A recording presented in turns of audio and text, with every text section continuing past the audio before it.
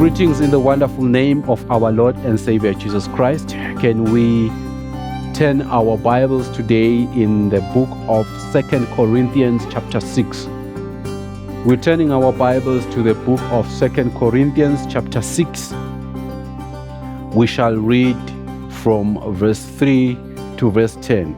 We don't want anyone to find fault with our work. And so we try hard not to cause problems. But in everything and in every way, we show we truly are God's servant. We have always been patient, though we have had a lot of trouble, suffering, and hard times. We have been beaten, put in jail, and hurt in riots. We have worked hard, have gone without sleep or food, but we have kept ourselves pure and have been understanding patiently and kind. The Holy Spirit has been with us, and our love has been real. We have spoken the truth, and God's power has worked in us. In all our struggles, we have said and done only what is right. Whether we are honored or dishonored, or praised or cursed, we always told the truth about ourselves. But some people said we did not. We are unknown to others, but well known to you. We seem to be dying, yet we are still alive. We have been punished, but never killed. And we are always happy, even in times of suffering. Although we are poor, we have made many people rich. And though we own nothing, everything is ours. Thank you, Lord, for the word today. It is my prayer, Holy Spirit, that we hear what you want us to know, and may it build us in our faith. In Jesus' name, amen. Amen. I've titled the sermon today, The Cost of Christianity. Christianity, let me say, has got standards. And when you accept the Lord Jesus Christ as your personal Savior, you become an heir of the kingdom. You become registered into the heavenly books, I'll say, that are revealed in the book of Revelations. You become one of the heirs of the kingdom, and you are saved. You are a believer. But there are principles, there are things that we have to do that will make us to do the will of God, but in the eyes of the human beings are foolish. I want to give this introduction. Just a few days ago, we normally get some food for the dog somewhere. For some reason, that particular day I went to talk to I couldn't find the owner of the restaurant, but I just found the workers there and I talked to them. And there was a problem with the bucket. It was not there and stuff like that. But finally, they gave me something and I left. And then after some time, maybe a day or two, I received that the ladies were not happy the way I talked to them. It's like I was, I don't know, oh, is it like that?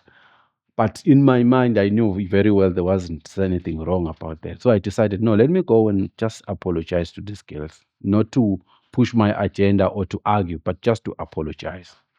I went there and I did that. It's a humbling experience, knowing very well you never did it. Those are the principles of Christianity. Christianity demands some standards. And Paul today is revealing something on that. I want us to understand what this brethren is talking about. So Paul is writing these words, building up from the chapter 3. If you read the whole, you understand that he's still building his point. Because there's been arguments in the church of Corinth. It's like they were arguing that Paul has to be approved. They wanted to blast his previous life, how he lived, and say bad things about him. So It's like these false teachers, if you read chapter 3, verse 1, I think, and 2, these false teachers would have letters of recommendations from the congregation. Yet Paul, they were preaching the pure gospel to the people. And he's saying to them, you are our epistle. You are the ones, you are the sons of God. You have been made Christians now. You are our testimony. It's written unto you that you are our people. Now, as he writes this Paul, he wants them to understand that he's also a person who has preached the gospel with a pure heart. And now he reveals that he does not want to be a stumbling block. The CEV says, we do not want anyone to find fault with our work. We don't want to cause problems in the Christian faith. Now, this brings another thing in our lives, that we have to know that sometimes we bring confusion to the Christian faith by the way we do things, the way we conduct our lives. People have to see the purity of God in the way we conduct our lives. And most of the time, that is revealed when you go through difficult situations in your life. This is when you have lost your loved one, when you are sick and it has been something that has taken some time, and those people that you know and those relatives, they come and advise you that this is what you can do. They say this is African sickness. It now requires that you do it the African way or the Swati way. They call it setting yamatane or sekusinful. That is where your Christianity is pushed. When your marriage is in trouble, you are pushed. When you don't get that job, you are pushed. When things are bad, your Christianity have to be squeezed. People have to see what you believe in. When things are not the way you want or you wish them to be. When things are difficult, Christianity is where it comes to be that this is a Christian. So sometimes the things that we do, they bring questions to the lives of the people. How are these Christians? Is this man who has told us about Christ behaving in an acceptable way, or is this the way Christians behave? Remember, Jesus Christ just said in the book of Matthew chapter 5, verse 14, that we are the light of the world. A town built on a hill cannot be hidden. So people are watching. The book of 2 Corinthians chapter 3, it says we are a letter that is written. People are just reading. It's like you are a billboard if you are a Christian. So if the billboard that says you are a Christian, but then you do things that bring confusion to the lives of the people, it is a problem. Now, verse 4 says, but in everything, in every way, we have shown we truly are God's servant. I want to dwell on the God's servant. If you are a believer, you are God's servant. I know most of the time we normally think this refers to ministers of the gospel or pastors, but everyone is a servant of God. As servants of God, we have to portray or illuminate the goodness of God. As God ministers, we have to show people that this is how God is. Our lives, Bazalwane, they should show the goodness of God. The way we talk to people, the way we deal with problems, like I've said before. I just want to explain what we are. A servant is someone who is devoted to his master's will. You do what your master has said, then you are a servant. Now, if you're talking about God as your master, he remains supreme in your life. He's the one, his will that you are going to do. Then you are a servant. If we look at Jesus Christ, who was a servant of God, He did the will of God. All that he did was for God. Remember the verse in John 6 verse 37 says, "For I have come down from heaven not to do my will, but to do the will of him who sent me." That is servanthood. It was not the will of Jesus Christ, but it was the will of God that prevailed. That is why Jesus Christ, he's trying to make us to understand that what counts on this world is the will of God. In the Lord's Prayer, he says, "Your kingdom come and your will be done on earth as it is in heaven." It is the will of God that should dominate in our lives. That is the spirit of servanthood that Jesus Christ wants and is planting to us as believers, that may the will of God be prevalent in our lives. So there are things that we go through. The character and how you react shows that you allow the will of the will of the Lord. Now, Ephesians 6 verse 6 says, "Try to please them," or let me read as it is, "try to please them at all times, and not just when you think they are watching. You are slaves of Christ. So with your whole heart, you must do what God wants you to do." I want this term that you are slaves of Christ. If you are a slave, you are doing what your master says. Maybe today we don't understand the issue of slaves, but slavery can be easily portrayed if we're talking about somebody who's employed. If you are employed, you are a slave to the company owners, whether the CEO but you are a slave, the directors, you are a slave for them. Why? Because you have to do as per the job description. That is their will. You come here at 8, you make sure all these things are reconciled. You have an accountant, you look at the journals, you look at the entry, no money is lost. You are doing the will of the masters, the owners, the directors of the company. Even if you are a CEO, you are a slave of the owners of the company or the directors. So you do their will. If they say this is the direction of the company, you take it. So that's what we are. The will of the owner of the company, or the will of the owner of our lives, is the Lord God. So we have to do his love. Now, he's talking about patience or endurance. Verse 4 says, "But in everything and in every way, we show that we truly are God's servant. We have always been patient, though we have had a lot of trouble, suffering, and hard times."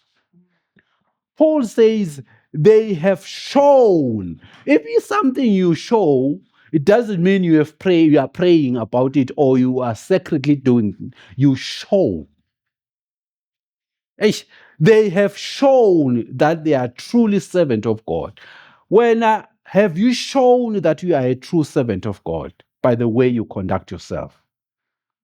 They had to show that they are true servant of God. He says they did this with patience and with great endurance. In other words, there were things that they had to be patient for and not to fight. Serious endurance in difficult times. They held their faith, maintained their servanthood, and were not to be a stumbling block in times of persecution, of hardship, and distress. Not being a stumbling block. Let people see that you are a believer, even in those tough times. You know, people speak and they will say, "This one is a Christian. He was patient when things were bad in his marriage, when things were bad in his business or whatever. He held the patience and the faith in God." I want to quote a few stories where we see patience, what Paul is talking about. In the book of Acts, we talk about Paul being stoned when these Jews mobilized the people in Antioch and Iconium.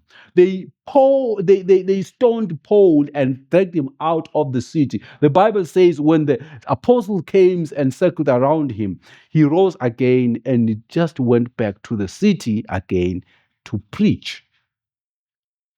He didn't go to the city to press charges or to take people to court, but he went back to preach. The Bible says, look at what happened. Acts 14:21. They preached this gospel in that city and won a large number of disciples. What they did was going back to preach, regardless of the stoning, not taking people to court, but just preaching the gospel. They enjoyed, maintained the peace and the Christianity. What is important is Paul understood that what is the will of God about his life. He knew that he was sent to preach the gospel.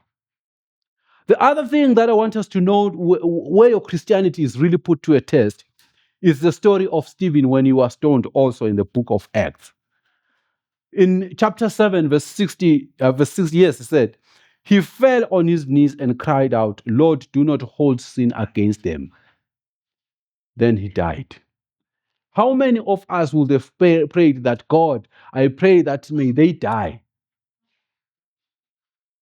and they will pay for this? Christianity is another thing. Forgiveness at the point of death. Even Jesus Christ says these words that they don't know what they are doing. Paul and Silas in prison, look at what they did. These are men of God. He has said they were servants of God. Chapter 16 talks about them after they had prayed for that slave girl and there was no money, no more money flowing to the owner. When the situation was like that, the Bible says they took Paul and Silas and they beat them. After beating them, they put them into the inner part of the prison, inner court of the prison. And surprisingly, these people who are servants of God, the Bible says they were singing hymns. And verse 25 of Acts 16 says, about midnight, Paul and Silas were praying and singing hymns to God, and the other prisoners were listening, and a miracle happened. Now, as believers, we don't tackle situations the way human beings or the world does things. We look at the will of God. At the same time, we are concerned about, there is this word that is used, the defense of the gospel.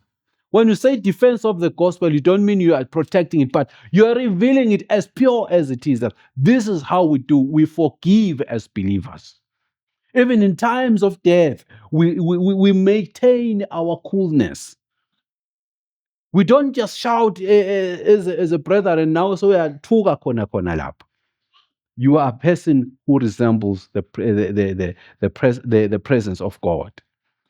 Sustaining in times of hunger. That's what there are many things that he's talking about. But one of them that he's talking about that we have been hungry. These people are in ministry, but they have been hungry.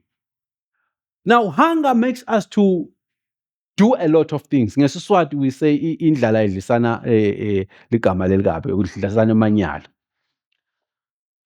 Hunger makes you to do things that you never even thought about doing because you are hungry. Some people get into stealing, they get into killing, to accepting bribes, to engage in corrupt practices and all sorts of dirty things because they just want something to put on their mouths.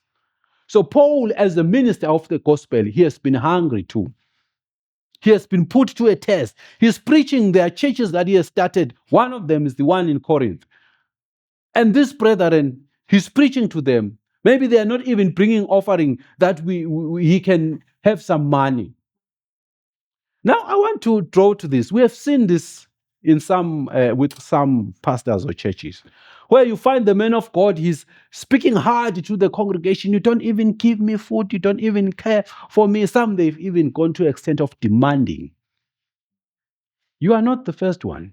Paul experienced it, but in that situation, he remained cool. I want to read 1 Corinthians chapter 4, verse 9 to 13. The Bible says, that's Paul writing, it seems to me that God has put us apostles in worst possible place.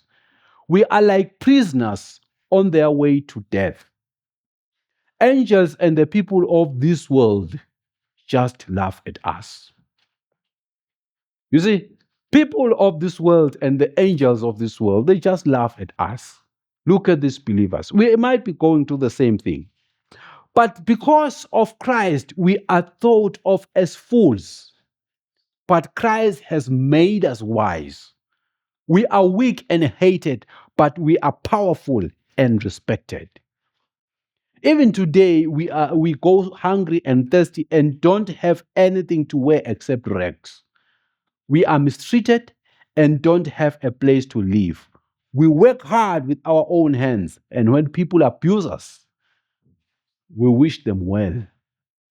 When we suffer, we are patient. When someone curses us, we answer with kind words.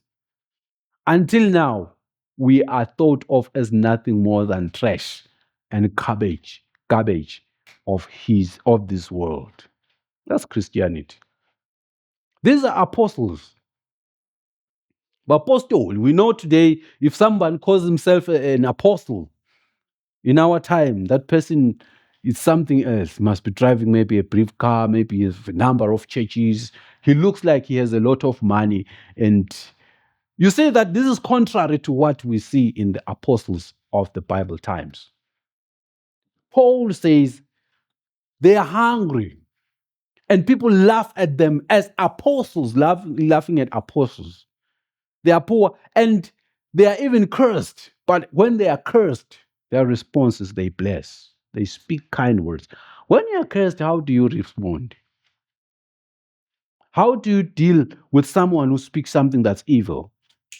So, Paul is showing to us as Christians that we need to conduct ourselves in a good way that shows, illuminates the goodness of God. People can even say you are, uh, like he's saying they are laughing at us. They can laugh at you, but if you are doing the will of God, you are portraying the gospel. Let me say this so it can be clear. I don't mean Christians should be fools, but the way you present your case should portray that you are a child of God. Even if you are not the wrong one, the way you speak, the way you deal with the situation counts. But all these things you cannot do on your own. What I like is Paul's words in the scripture where we read verse 6, where he says, "But we have kept ourselves pure and have been understanding, patient, and kind. The Holy Spirit has been with us, and our love has been real." Paul sees that the Holy Spirit has been in with them. He's the one who has kept them, who is the one that has made them to endure all the pain, all the hardship. But the other thing you should note that when you are somebody who does not portray the life of a Christian, the Holy Spirit might leave you. You might feel all alone. So the Holy Spirit has been with them, comforted them because they maintained the Christian life. So as a believer, you have to maintain your Christian life, maintain the coolness or the guidance of the Holy Spirit, even in those difficult situations. And the Holy Spirit, in His presence, you will be comfortable. So it is the Holy Spirit that assists them to endure all this hardship. One of the things I found in my life is that when I'm stressed or there's something that is worrying me, and I just pray that Holy Spirit, can you help me in this? He is so faithful to bring that comfort. Try it when you are so stressed and things are not working out. Just tell God, this is a problem. The Holy Spirit will, in His mighty way, bring peace and joy regardless of the situation. You are broke, you don't have money, and you pray to God, and He just gives you peace in that storm. You find people who are in debt, they are killing themselves, but God gives you peace just to enjoy. So the Holy Spirit had been with them. And Jesus Christ has said that to us in the book of John, chapter 14, verse 27, that I leave you with peace. Peace I leave with you. My peace I give to you. I do not give you as the world gives. Do not let your hearts be troubled and do not be afraid. He'll give us that peace. Now, as we come to a close, how do you present the gospel? As a letter written or as someone who claims to be a Christian, how do you conduct yourself in times of difficult situation? Can people say you are really a Christian? Or people can say, sometimes he's mixing things. Paul says, as Peter says, as people, sorry, it's Paul, not Peter, as people who are servants of God, we've maintained our cool, we've maintained our pureness, we have been assisted by the Holy Spirit. Even in times of hunger, we have continued to serve God. Even in the times when our hands were working, people were saying things, but we maintained our Christian faith. So as a Christian, how do you conduct yourself? I want to invite you to invite the Holy Spirit in your life and let him lead you and guide you. The last words that I will add this sermon are found in the book of Ephesians chapter 5, verse 18, where the Bible says, "And do not be drunk with wine, in which is dissipation, but be filled with the Spirit, speaking to one another in psalms, hymns, and spiritual songs, singing and making melody in your hearts to God, giving thanks always for all things to God, the Father, in the name of the Lord, our Lord Jesus Christ, submitting to one another in fear of God." Let the Spirit of God take control over us, and may our lives show the goodness of God. May the way we conduct our lives not push people out of Christianity, not push people out of their faith. Let people, when they see you, not see a fool, but let them see that the light of Christ glows in that person. He can illuminate, she is illuminating the kingdom of God. One of the purposes of Christianity, or the reason why you didn't die immediately you got saved, is that you show the goodness of God. Bazalwane, when God put us on this earth, he said we should be on this earth to enjoy his providence. But the other thing is that we show people that this is the kind of God that we serve. He wants us to live this way, because when things got tarnished or disturbed, what is the right way? When they were made wrong in the Garden of Eden, God had purposed in his life that men live in a certain way. So this certain way, as believers now coming to God, we are coming back into that life. And we need the assistance of the Holy Spirit. As you go, what do you portray about the goodness of God? Can people see that God is good through your life? The little ones, can people see that God is good in your life? We adults, can people attest of the Lord's goodness in the way we conduct ourselves? Let us pray. Father God, in the name of the Lord Jesus Christ, today we come before you. You have put us to this earth. We are encouraged by the life of Paul, who says, regardless of all these difficult situations he has been, he maintained the faith in you, and you continued to live a pure life, a life that illuminates your goodness, a life of faith and a life of servanthood. We are people, as we live on earth, sometimes selfishness or pride takes over and we want to do things our own way. Your word today is letting us understand that we are people who are supposed to show your goodness, even if they make or they see us as people who are stupid or foolish, as the word says. But if we're doing your will, we are satisfied. Help us, God.